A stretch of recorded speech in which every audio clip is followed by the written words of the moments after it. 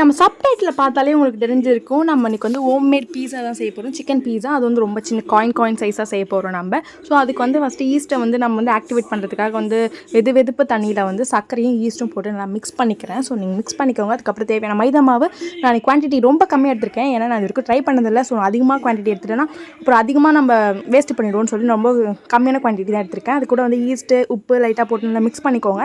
ஒரு 1/2 hour ஆச்சு அது ஊறணும். ஸோ நான் வந்து 20 minutesலேயே வந்து நான் வந்து இது பண்ண ஆரம்பிச்சிட்டேன். ஸோ எனக்கு மைண்ட் ஃபுல்லாக எப்படி இருக்குன்னு சொல்லி அந்த இதிலே இருந்தது. ஸோ வந்து நான் எப்பவுமே போல் சப்பாத்தி மாரி நல்லா இது பண்ணதுக்கப்புறமா வந்து ஸ்போக் ஸ்பூன் நல்லா குத்திக்கிட்டேன். ஏன்னா வந்து அந்த இது பேஸ் வந்து அப்போ தான் வந்து கொஞ்சம் லைட்டாக உள்ளே வேவும். ஸோ அதனால் வந்து அதுமாதிரி பண்ணிக்கோங்க நீங்களும். அதுக்கப்புறம் வந்து பீஸா சாஸ் எல்லா டிபார்ட்மெண்ட் ஸ்டோரில் கிடைக்கும்.